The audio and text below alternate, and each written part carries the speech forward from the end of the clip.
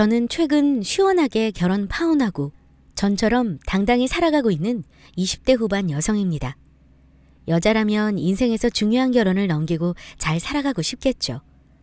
저 또한 좋은 사람과 행복한 가정을 꿈꿨으나 결과는 끝이 났네요. 좋은 이야기는 아니지만 시궁창에 빠질 뻔한 제 인생을 구한 사연을 여러분께 소개해 드리겠습니다. 지금부터 저의 결혼 이야기를 들려드릴게요. 저는 대학교 졸업 후 취업한 회사에서 같이 일하던 동료 직원과 호감을 느끼게 되었고 연인 사이로 발전했습니다. 그리고 3년간의 연애 기간을 갖고 남자친구에게 깜짝 프로포즈를 받았어요. 지은아, 우리 3년 동안 잘 싸우지도 않고 알콩달콩 참 행복하게 연애했다. 그렇지? 그런데 나 이제 연애 그만하고 싶어. 우리 여기서 연애 그만두고 이제 결혼하자. 나랑 결혼해 줄래? 남자친구가 준비한 서프라이즈 청혼에 저는 크게 감동하였고 프로포즈를 승낙했습니다.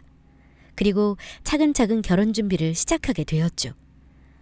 먼저 우리 부모님께 인사드렸고 그 다음 남자친구 집에 인사드리러 가는데 집에 들어가기 전 남자친구가 주저하는 듯 하길래 무슨 일인지 물었습니다. 왜? 무슨 할 말 있어? 그게... 사실 자기한테 말 못한 게 하나 있어. 뭐 굳이 말 안 해도 우리 결혼에 상관없겠지만 그래도 알고 들어가는 게 좋을 것 같아서. 그래? 그게 뭔데? 내가 자기한테 한 번도 말 안 한 것 같은데 사실 우리 집 그렇게 잘 사는 편 아니야. 뭐야, 난 또 뭘 말하려고 그러나 싶었는데 그거였어? 우리 집은 뭐 잘 사나? 다들 비슷비슷한 거지. 그런 거로 달리 생각하는 거 없으니까 걱정하지 마. 우리 집은 평범한 수준이 아니라고 해야 하나? 자기가 들어가서 집안 보면 딱 알겠지만 오래된 집이라 많이 낡고 비좁아.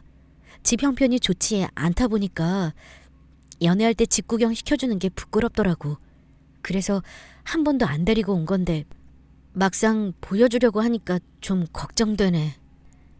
연애할 때 남자친구가 종종 집에 놀러 온 적은 있었지만 제가 남자친구 집에 놀러 가본 적은 단 한 번도 없었어요. 몇 번 기회가 있었는데 그때마다 남자친구가 번번이 이유를 대며 미루다 보니 놀러 갈 수 없었죠. 알고 보니 이런 이유로 집에 초대하기가 어려웠던 거구나 하고 이해됐습니다. 자존심이 조금 센 편인 남자친구가 이런 말을 꺼내기까지 얼마나 어려웠을까 싶은 게 마음이 짠하더라고요. 그런 게 무슨 상관이야? 난 하나도 신경 안 써. 자기를 향한 내 마음이 변할 리도 없을 것이고. 말하기 어려웠을 텐데 이렇게 말해줘서 고마워. 그리고 난 정말 하나도 상관없으니까 부끄럽게 생각하지 않았으면 좋겠어. 남자친구는 제 말에 감동하며 고마워했어요. 우리 둘은 집에 들어가기 전에 다시 한번 서로에 대한 사랑을 확인할 수 있었죠. 그리고 드디어 처음으로 예비시댁에 들어갔습니다. 남자친구 말대로 오래된 건물이라 그런지 많이 낡았더라고요. 남자친구 어머님은 저를 반갑게 맞아주셨습니다. 우리 아들이랑 만나는 아가씨를 드디어 만나네. 그동안 얼마나 궁금했는지 몰라요. 우리 아들이 계속 다음에 보여준다고 미루기만 했는데 이렇게 만나니 참 반갑네요. 네, 어머니. 저도 진작 찾아뵙고 싶었는데 상황이 그렇지 못했네요. 너무 늦게 인사드려서 죄송해요. 처음 뵙는 남자친구의 부모님은 모두 인상이 참 좋으셨어요. 저를 반갑게 맞아주시고 정성스럽게 준비한 음식도 대접해 주셨습니다.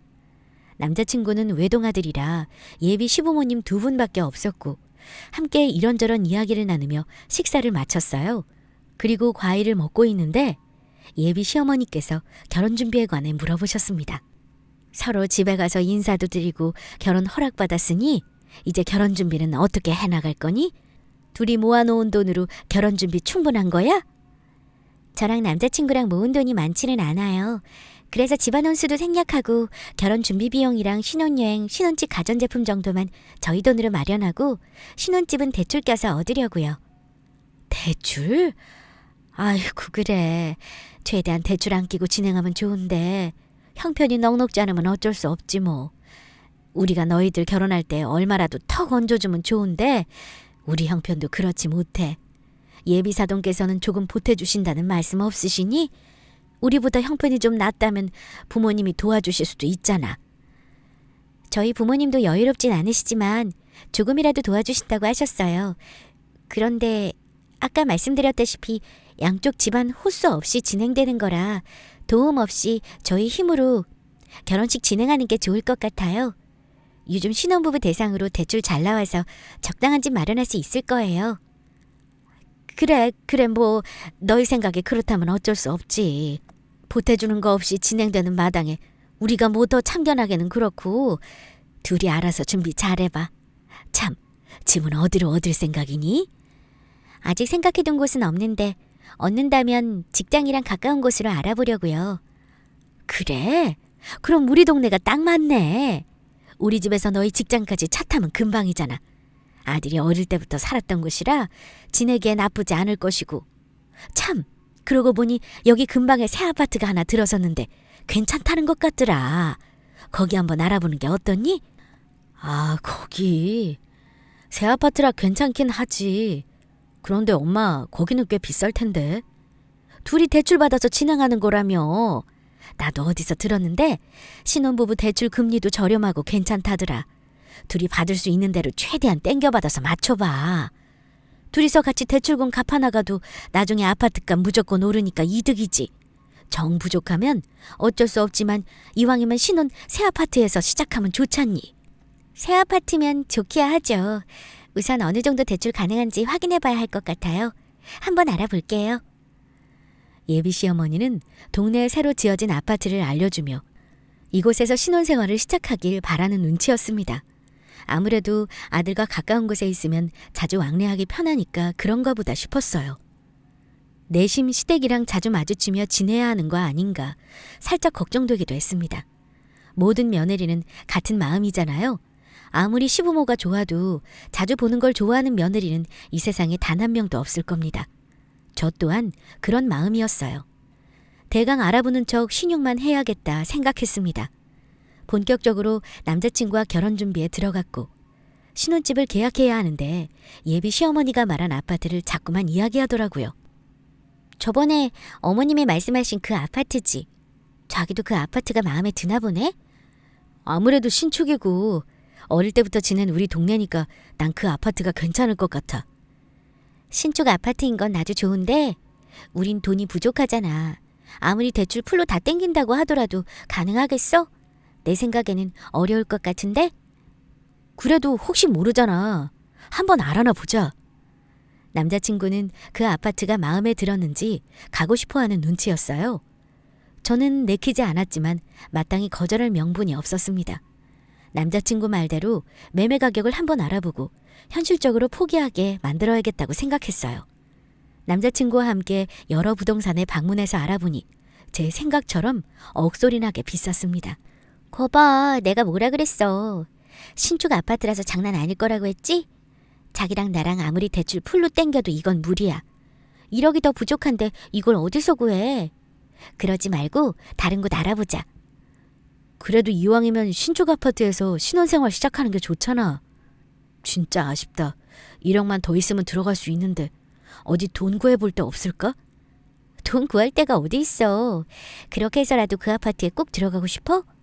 대출 받는 것도 빚인데 다른 사람한테까지 또 빚지고 싶지 않아. 그냥 우리 분수에 맞는 곳으로 들어가자. 자기야, 막상 돈이 부족해서 싫을 수도 있는데 나중을 생각하면 우리한테 좋은 거야. 앞으로 아파트 값이 얼마나 오를 텐데 이 좋은 기회를 날려? 내가 아는 지인도 그 신축 아파트로 이사 갔는데 몇 달 사이에 아파트 값이 더 올랐대. 좋게 재테크라고 생각하고 조금 더 생각해보자. 남자친구는 그 신축 아파트에서 꼭 신혼생활을 시작하고 싶어 했습니다. 저는 1억이나 더 필요하고 시댁이랑 가까워서 정말 내키지 않는데 계속 이상한 고집을 피우더라고요. 이래서 결혼 준비하면서 커플들이 많이 싸우고 헤어지기까지 한다던데 저희도 잘못하면 신혼집 문제로 싸울 판이었습니다. 남자친구랑 말씨름하고 싶지 않아서 우선 알겠다고 넘겼어요. 그리고 며칠 후 집에서 부모님과 밥을 먹는데 결혼 준비에 관한 이야기가 나왔습니다. 결혼 준비는 잘 돼가니? 저번엔 신혼집 위치 고민하던데 직장 근처에 구하기로 정한 거야? 아니, 아직 남자친구라 고민 중이야. 고민할 게 뭐 있어. 좋은 곳 다른 사람이 채가기 전에 얼른 계약해야지. 나야 그러고 싶은데 남자친구랑 의견이 좀 안 맞아서 서로 더 생각해 보기로 했어. 무슨 문제 있는 거야? 혹시 돈이 부족한 거니? 엄마는 돈이 부족해서 여러 고민이 많은 건지 걱정하기 시작했어요. 굳이 신혼집에 관한 문제를 부모님께 말씀드리고 싶지 않았는데 엄마가 너무 걱정하시니까 대강 상황을 설명해 드렸습니다. 그랬더니 그 신축 아파트에 관해 잘 아시는 듯 했어요. 아, 거기. 내가 아는 사람도 그 아파트 매매로 샀다더라. 가격이 좀 있기는 한데. 신축이라 공간도 잘 나왔고 편의성도 좋다던데. 무엇보다 아파트 값이 단기간에 확 올랐다고 하더라고. 어느 정도 괜찮은 아파트는 값이 계속 올라가잖니? 이서방 말대로 미래를 생각하면 좋은 재테크가 될 수도 있겠구나. 엄마도 그렇게 생각해? 아, 그럼 뭐해. 재테크로 생각한들 좋을 게 뭐 있어? 1억이 부족한데. 은행에서 대출 풀러받는 것도 무리하는 수준이야. 그런데 어디서 또 1억을 구하냔 말이야? 남자친구랑 엄마 말은 나도 잘 알겠지만 어려운 현실이야. 난 무리하면서까지 그 신축 아파트에서 신혼생활 시작하고 싶지 않아. 그런 거라면 엄마하고 아빠한테 진작 말하지 그랬어. 아무리 너희들끼리 준비한다고 했지만 그래도 이런 건 편하게 털어놨어야지. 그렇게 고민하고 속상해할 필요 없이 바로 도와줄 수 있잖아. 그게 무슨 소리야? 도와주다니? 엄마는 밥을 드시다 말고 자리에서 일어나더니 안방으로 들어갔어요. 그리고 무언가 들고 나와서 제게 건넸습니다. 갑자기 웬 통장이야? 엄마가 제게 건넨 건 통장이었고 갑자기 이걸 왜 보여주나 의아해하면서 통장을 살펴봤어요. 그런데 그 통장 잔액에 몇억 원이 딱 찍혀 있는 겁니다. 이게 뭐야? 엄마가 너 임신했을 때부터 매달 조금씩 모은 돈이야. 나중에 우리 딸 시집가면 많이는 못 해줘도 이 정도만큼은 꼭 해줘야지 싶어서 네 아빠랑 조금씩 더 보태서 모았어. 저번에 네가 너희들 힘으로 결혼 준비하고 싶다고 해서 차마 주지 못하고 갖고만 있었는데 이렇게 도와줄 수 있어서 다행이네. 이 돈으로 부족한 거 해결하고 이서방이랑 신혼집 계약해. 저도 사람인지라 통장에 찍혀져 있는 엄청난 돈을 보니까 마음이 흔들렸어요. 이 정도 돈이면 신축 아파트에 대출 없이 들어갈 수 있는 수준인데 받을까 말까 망설여지더라고요. 하지만 이내 정신 차리고 통장을 다시 엄마에게 건넸습니다. 아니야. 아무리 그래도 이렇게 큰 돈은 받을 수 없어. 그동안 엄마랑 아빠가 얼마나 노력하며 힘들게 지내셨는지 내가 뻔히 다 아는데 고생해서 모은 돈을 어떻게 날름받아? 저번에 말한 것처럼 부족해도 우리 힘으로 시작하고 싶어. 그게 맞는 것 같고 이 돈은 엄마 아빠 노후자금으로 사용하는 게 좋을 것 같아. 어이구, 누굴 닮아서 이렇게 고집이야? 엄마 아빠가 설마 노후자금도 준비 안 해놨을 것 같니? 걱정하지 마. 다 준비해놨으니까. 이 돈은 정말 우리 딸 생각하면서 모은 거야. 그러니까 이 돈의 주인은 너고. 너희 둘의 힘으로 결혼 시작하고 싶다고 했을 때 기특하게 생각했어. 하지만 부모 마음이 어디 그렇니? 내 자식한테 뭐라도 더 챙겨주고 싶지. 엄마 아빠 마음도 같아. 그러니까 이 돈은 꼭 받아줬으면 좋겠어. 이서방 말대로 그 아파트값 계속 올라가니까 분명히 너희들한테 좋은 일이 있을 거야. 네 마음은 충분히 알았으니 우리 좋은 것만 생각하자. 대출 없이 신혼집 마련하는 게 제일 좋은 거지 뭐. 늘 부모님께 받기만 하는 것 같아 죄송스러운 마음뿐인데 이렇게 또 크게 도와주시니 감사할 따름이었어요. 마음 같아서는 받고 싶었지만 두 분의 간절한 부탁에 하는 수 없이 통장을 건네받았습니다. 그리고 이 사실을 남자친구에게 전하자 예비 장인 장모님께 너무 감사하다며 좋아했어요. 남자친구는 지체할 것 없이 빨리 계약 진행하고 신혼집을 마련하자고 했습니다. 저는 알겠다고 했고 그 전에 한 가지 부탁이 있다고 했어요. 부탁? 그게 뭔데? 저는 남자친구의 시부모님을 좋게 생각하고 있지만 가까운 거리에 신혼집을 마련하는 것이다 보니 의도치 않은 왕래가 자주 일어나겠다 싶었습니다. 그래서 남자친구가 원하는 신축 아파트로 계약하는 대신 시댁에 억압되지 않게 자유로운 결혼 생활을 보장해달라고 할 생각으로 남자친구에게 말을 꺼냈습니다. 기억하지? 우리 힘으로 결혼 시작하기로 한 거. 어찌 보면 신혼집 마련하는 걸 친정 부모님이 도와주신 건데 난 이걸 어느 정도 공평하게 정했으면 좋겠어. 어떻게 공평하게? 설마 우리 집에서도 얼마 도와주셨으면 좋겠다 뭐 이거야? 나도 물론 우리 부모님이 자기 집처럼 크게 도와주셨으면 싶지. 그런데 알잖아. 우리 집 사정 어떤지. 1,000만 원도 도와주기 힘들어 하실 텐데.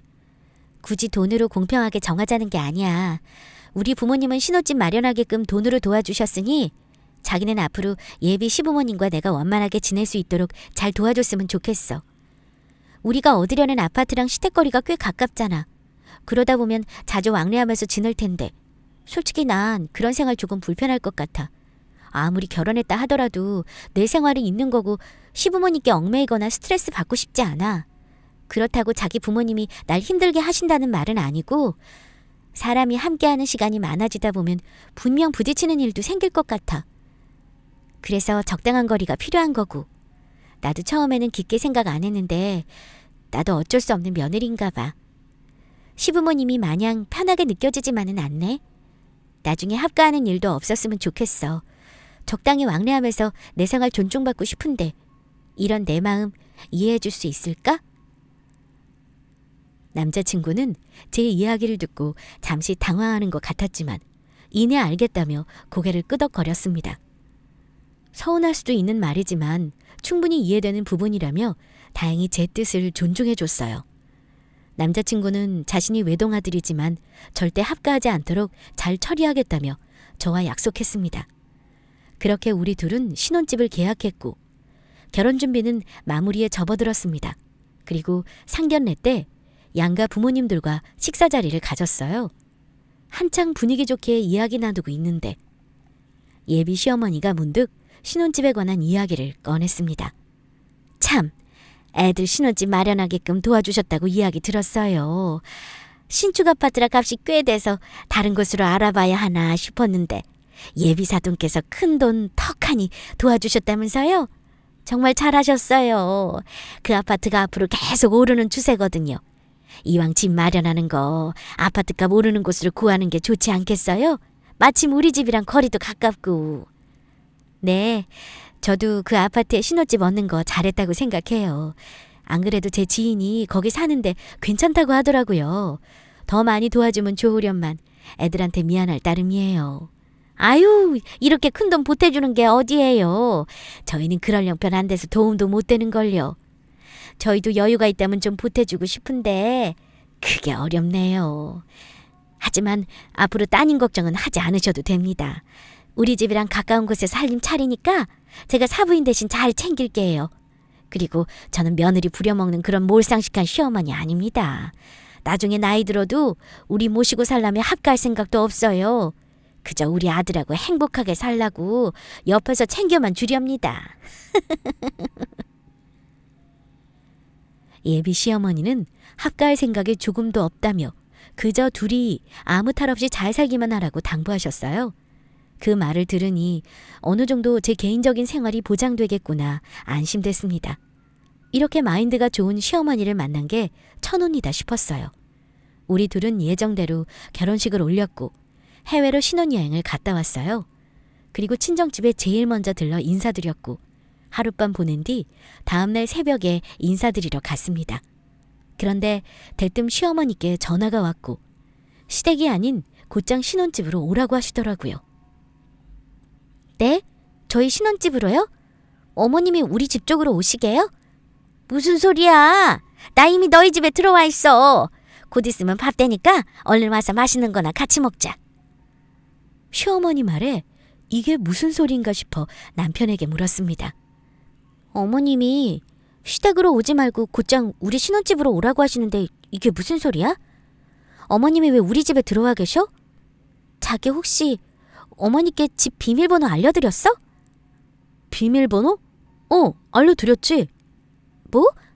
아니 그걸 나한테 한마디 상의도 없이 알려드리면 어떡해? 에? 이게 상의할 일인가? 우리 엄마랑 아빠가 뭐 남도 아니고 이제 자기한테는 가족인데 못 알려줄 사이는 아니잖아. 부모가 자식 집에 와 있을 수도 있는 거고. 그래도 그렇지. 이건 좀 황당스럽네.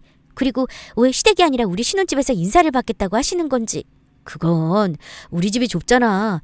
마땅히 우리가 자고 갈 공간도 없고 하니까 겸사겸사 우리 집에서 인사 받으시겠다는 거겠지. 우리 신혼집 방 많잖아. 시댁집이 좁아서 그렇다는 건 이해되지만 아무리 그래도 신혼여행 다녀와서 인사드리는 거잖아요. 저희한테 미리 이야기한 것도 아니고 마음대로 비밀번호 누르고 들어와서 기다리고 계신다니 기분이 썩 좋지 않았습니다. 남편 말대로 별일 아닌데 제가 괜히 예민하게 받아들이나 싶기도 하더라고요. 우선 시부모님이 기다리시니 서둘러 신혼집으로 향했습니다. 그리고 집에 딱 들어서는데 제 두 눈을 의심했어요. 어? 너희들 이제 오냐? 배고파 죽겠는데 빨리 좀 오지. 그래, 해외로 신혼여행까지 다녀왔는데 시부모님 선물은 좀 사왔니? 참, 내 정신 좀 봐. 여보, 애들 왔어요. 얼른 나와 봐요. 시어머니는 리모컨으로 크게 틀어진 TV의 볼륨을 줄이며 먹고 있던 과일을 옆으로 치웠습니다. 그리고 우리 안방을 향해 크게 소리쳤고 시아버님이 막 잠에서 깬 부수수한 모습으로 나오더라고요. 주인도 없는 집에서 대체 이게 뭔가 싶었습니다. 아버님, 거기서 주무신 거예요? 네 시아버지가 어제 친구들이랑 술을 좀 많이 마셔서 졸려 죽겠다고 하지 뭐니. 그래서 너희 침대에 누워서 한숨 잤어. 참, 그나저나 아무리 신혼집이라고 해도 냉장고에 먹을 게 통 없더라. 기본적인 건 좀 채워놨어야지. 먹을 게 별로 없어서 네 시아버지랑 나랑 너희 오기만을 눈 빠지게 기다렸잖아. 시어머니 말에 부엌쪽으로 고개를 쓱 돌리니 한바탕 난리가 난 모습이 보였습니다. 뒤적뒤적 파헤친 흔적과 무언가 해먹은 자국이 보이더라고요. 남편 말대로 시댁집이 좁아서 우리 집으로 인사받으러 오신 건 좋다 이거예요. 하지만 신혼부부 침대에 마음대로 누워서 잠을 자거나 허락 없이 집을 막 헤집고 어지럽혀 놓은 건 아니지 않나요? 생각할수록 기가 차더라고요. 기분이 상해서 겨우 표정 관리했습니다. 어찌어찌 인사드리고 신혼여행에서 산 선물 드린 다음에 식사까지 마무리했어요. 그리고 시부모님 집에 가시면 이번 일에 관해 남편과 이야기를 나누려 했습니다. 그런데 아무리 기다려도 시부모님은 집에 갈 생각이 없어 보이더군요. 마지못해 제가 슬쩍 물어봤습니다. 어머니, 아버님, 시간이 꽤 늦었는데 조금 더 있다가 집에 가시려고요? 소파에 누워있던 시모는 심드렁한 표정으로 제게 말했어요. 집? 뭐 할 것도 없는데 뭐 가기도 귀찮고 이왕 온 김에 자고 가련다. 네? 여기서 주무시고 가시게요? 이불이 마땅치 않을 텐데. 이불이야 뭐 대충 아무거나 덮고 자면 되지 뭐. 남는 방도 많으니까 우리가 알아서 잘 테니 넌 신경 쓸 거 없다. 피곤할 테니 얼른 들어가서 쉬어. 참, 내일 아침은 6시에 먹는 게 좋겠어. 늦어지지 않게 시간 맞춰서 아침 준비해 놓으렴. 시모의 말을 듣고 기가 차서 입이 떡 벌어졌습니다. 뭐라 대꾸조차 못하겠더라고요. 하는 수 없이 방에 들어와서 조용히 남편에게 이 사실을 알렸습니다. 어떻게? 어머니 아버님 여기서 자고 가신대. 마땅히 이불도 없는데. 그래? 그럼 이불 있는 거 대충 찾아봐야겠네. 지금 그럴 때야? 이불도 없는데 여기서 어떻게 주무신다는 거야?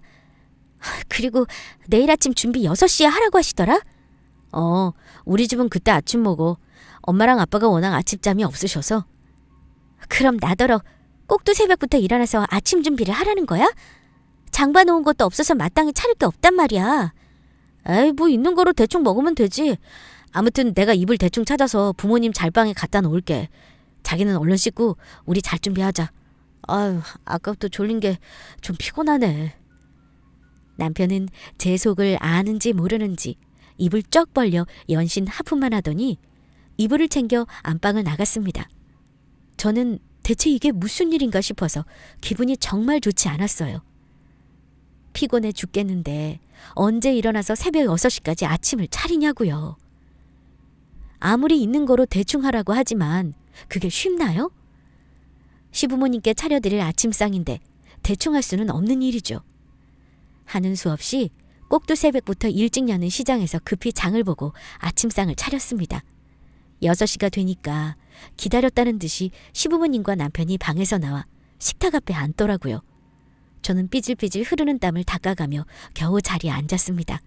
그리고 탈 없이 식사를 이어가는데 문득 시모가 아파트 명의에 관해서 묻더라고요. 이 집 명의 누구 이름으로 되어 있니? 아무리 친정집에서 해준 집이라고 해도 딸랑 네 명의로 했니? 앞으로 같이 살 집이고 부부인데 함께 나누는 재산으로 생각해야지. 부부 공동재산인 거 알지? 이왕이면 탈 없이 공동 명의로 하는 게 좋아. 당연하지. 우리 부부가 같이 살 집인데 당연히 공동 명의로 해야지. 안 그래도 장인어른께서 우리 둘 명의로 집 해주셨어. 그래? 아유, 그럼 이렇게 좋은 아파트가 우리 아들 집이라는 거야? 아이고, 내 새끼 성공했네. 남들은 평생 집 마련하느라 아등바등 한다는데 우리 아들은 벌써 이렇게 좋은 아파트 한 채 떡하니 갖고 있고 얼마나 부러운지 몰라.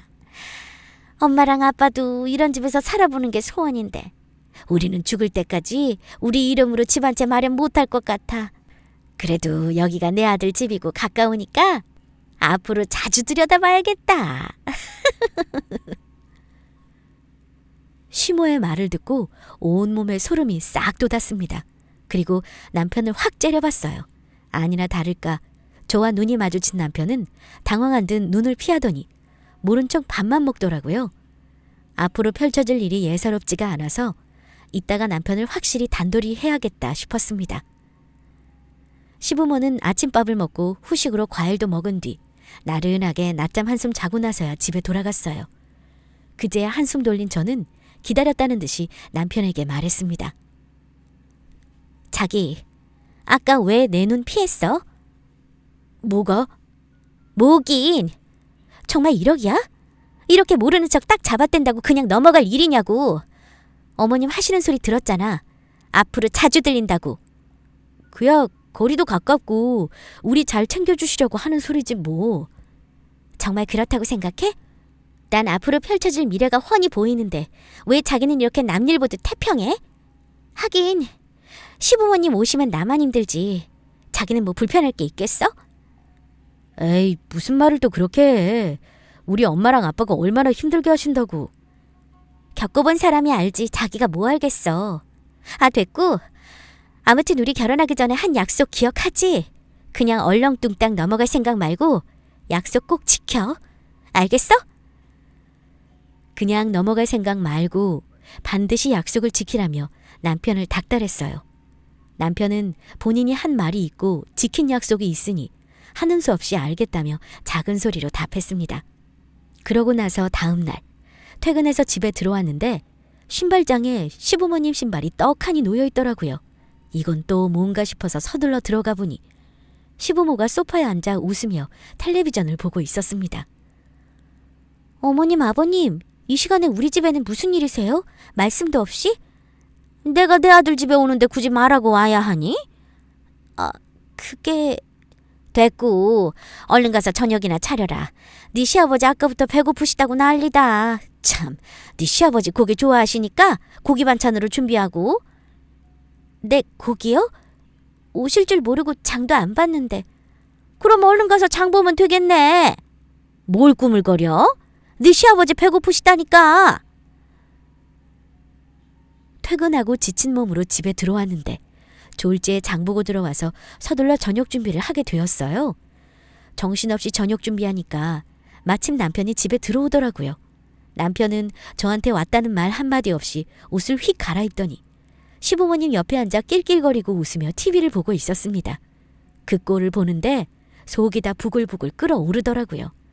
너는 이따가 시부모님만 가시면 두고 보자 싶었어요. 저녁상을 다 차리고 함께 모여 앉아 식사하는데 시모가 차린 반찬을 가지고 꼬투리를 잡았습니다. 아이고, 고기가 뭐 이리 질겨? 너 고기 싼 걸로 샀니? 이왕이면 우리 먹을 건데 좀 좋은 걸로 사지. 네? 어머니, 이거 한우를 산 건데 아주 질겨요? 질기다 마다. 내가 지금 한우를 씹는 건지 껌을 씹는 건지 모르겠다. 아무튼 같은 한우라도 상태 보고 괜찮은 거로 사왔어야지. 아직 네가 결혼한 지 얼마 안 돼요. 살림이 서툰가 보다. 앞으로 계속 이렇게 식사 차리면서 꾸준히 실력 늘어갈 생각해라. 집도 가깝겠다. 내일부터 아침마다 너희 집에 와서 같이 식사해야겠어. 네? 시모의 말에 들고 있던 숟가락을 놓칠 뻔했습니다. 이게 무슨 청천벽력 같은 소리인가 싶었어요. 서둘러 도움의 눈길로 남편을 쳐다봤는데 남편은 역시나 저번처럼 고개를 휙 돌려버렸습니다. 그리고 시답지 않은 농담만 하면서 밥을 먹더라고요. 하는 수 없이 울며 겨자 먹기로 밥을 대강 먹고 혼자 뒷정리했죠. 설거지까지 다 마치고 잠시 한숨 돌릴 겸 안방으로 들어가려는데 안방에서 남편과 시모의 목소리가 새어나왔어요. 내가 언제 당장 살림 합친데? 그래도 벌써 이러면 와이프가 싫어하지. 내가 시간이 좀 필요하다고 했잖아. 뭐하러 눈치를 보고 있어. 어차피 혼인신고도 했겠다. 이 집 명의도 공동명의인데. 그렇게 좋은 집 놔두고 엄마 아빠가 그 좁아터진 낡은 집에서 사는 게 좋니? 너는 잔말 말고 그냥 모른 척 가만히 있어. 엄마가 다 알아서 할 테니까. 앞으로 밥도 같이 먹고 자주 왕래하면서 이 집에 엉덩이 딱 붙이고 있을 거야. 내 아들 집에 남는 방 좀 쓰겠다는 게 쥐가 어쩌겠어? 이참에 이놈의 거지 같은 집 정리하고 나도 이렇게 좋은 신축 아파트에서 한번 살아보자. 그 전에 네 와이프 살살 시집살이 시키면서 잡아놔야 시험이 무서워서 함부로 못하는 법이야. 지금은 엄마가 네 와이프 길들여야 하니까 너는 그냥 지금처럼 아무 소리 말고 가만히 있어. 알겠어? 저 없을 때 안방에서 쏙닥거리며 남편과 시모가 이야기를 나누고 있었고 저는 의도치 않게 둘의 이야기를 다 듣게 되었습니다. 그동안 남편이 제 눈을 피하고 왜 적극적으로 도와주지 않았는지 단번에 이해되더라고요. 이게 다 시모랑 둘이 짜고 치는 고스톱이었던 거였던 겁니다. 우리 부모님이 사준 집을 꿀꺽하려는 시모도 괘씸하고 저와의 약속을 모른 척하며 뒤통수 치는 남편 새끼에게 깊은 빡침이 몰려왔어요. 시집살이 당하며 사는 삶을 극도로 혐오하는 제가 둘의 계획을 안 이상 가만히 있을 수 없었습니다. 그래서 당한 대로 엿먹이고 처리해야겠다 싶었어요. 늦은 밤 시부모는 집으로 돌아갔고 남편 새끼 보고 소파에서 자라며 저 혼자 안방에서 잤습니다. 그리고 다음날 아침 6시가 되자 시부모가 집으로 찾아왔어요. 그리고 안방에 대고 크게 소리치더라고요. 지금 시간이 몇 시인데 지금까지 자는 거야? 남편은 소파에서 재우질 않나. 아침상도 안 차리고 아주 막 나가는구먼. 시부모가 아침 먹으러 오는 거 뻔히 알면서 이게 뭐하는 짓이야? 너 얼른 안 나오니? 저는 시부모가 오거나 말거나 일어나지 않고 푹 자고 있었어요. 시모의 앙칼진 음성에 최대한 느릿하게 일어나서 잠옷차림으로 시리얼과 우유를 꺼내 식탁에 탁 올려놨습니다. 그러자 시모가 극대노를 하더라고요. 너 지금 뭐 하는 거니? 시부모님 오시는데 잠옷바람에 이걸 아침상이라고 차린 거야? 네? 마지막 식사라서 특별한 아침상을 준비해봤어요. 뭐? 마지막 식사? 이게 지금 나랑 뭐 하자는 거야? 너 아직 잠 덜 깼냐? 아니요, 잠 다 깼고요. 말 그대로 마지막 식사라서 특별히 준비한 거예요. 마음 같아서는 대접에 물 한 사발 떠드리고 싶은데 그래도 제가 너무 착한지라 시리얼과 우유를 대접해드리네요. 얼른 말아 드시고 아들 새끼 데리고 집에 가세요. 뭐 아들 새끼? 얘, 너 머리가 뭐 어떻게 된 거 아니니? 하룻밤 사이에 얘가 왜 이래 대체? 왜 이러긴요. 엄마와 아들이 만들어 놓은 판에 끼기 싫어서 이러죠. 둘이 무슨 속셈인지 다 알고 있으니까 모르는 척 시치미 떼지 말고 그냥 까놓고 말하세요. 우리 부모님이 사주신 이 집이 탐나서 합칠 생각이라고. 그래, 요참은 이 집에서 들어앉을 생각이다. 왜? 내가 그러면 안 돼야? 여긴 네 집도 되지만 엄연히 우리 아들 집도 돼. 내 아들 집에 내 마음대로 지내겠다는데 네가 난리야? 당연히 난리죠. 여긴 능력 뭣도 없는 어머니 아들 집이 아니고 어머니 죄 집이니까요. 웃기고 있네. 여긴 내 아들 집이야. 너희들이 공동명의로 산 집이잖아. 내 아들 지분도 반반 있다는 거 몰라? 네가 뭐 어떻게 알았는지는 모르지만 기왕 알게 된 거 그래. 내가 속 시원히 말하마. 내가 학가하기 싫다고 내 아들한테 이야기한 건 들었지만 결혼 전이야 무슨 말을 못하겠어. 이 집 얻으려면 우리 한 발 양보하는 모습 보여야 하지 않겠니? 근데 이미 식 올리고 혼인신고한 마당에 결혼 물리기라도 할 거야 뭐 어쩔 거야? 빼도 박도 못하는 거 그냥 포기하고 사는 게 편하다. 우리가 뭐 큰 거 바래? 그냥 많아서 남는 방 중에 하나만 우리가 쓰게 달라 이거야. 이 정도도 못해주면 그게 사람이니? 못돼 먹은 년이지. 그래요. 이렇게 본색을 드러내니까 오히려 좋네요. 저도 더 편히 말할 수 있고. 많아서 남아도는 방이라도 제 방이지 어머님이 쓰실 방 아니에요. 그저 들어놓고 보자는 심보 버리셔야죠. 그리고 빼도 박도 못하긴요. 식만 올렸지 애도 없겠다 물리기 딱 좋지 않아요? 이런 집구석인 줄 알았으면 애초에 결혼식도 안 올렸을 텐데. 뭐 이미 올린 거 어쩔 수 없다고 생각하고 물러나야죠. 결혼식 비용은 아깝지만 돈이 대수예요? 제 인생이 시궁창에 빠질 뻔했는데? 돈 없고 능력 없는 사람들이 비빌 언덕만 있으면 득달같이 달려대는 거 세상에서 제일 싫어하거든요. 아, 그리고 아주 중요한 걸 말씀 안 드렸네요. 어머님 아들하고 저 아직 혼인신고 안 했어요. 자기야, 그게 무슨 소리야? 혼인신고를 안 했다니 저번에 신고하고 왔다고 했잖아.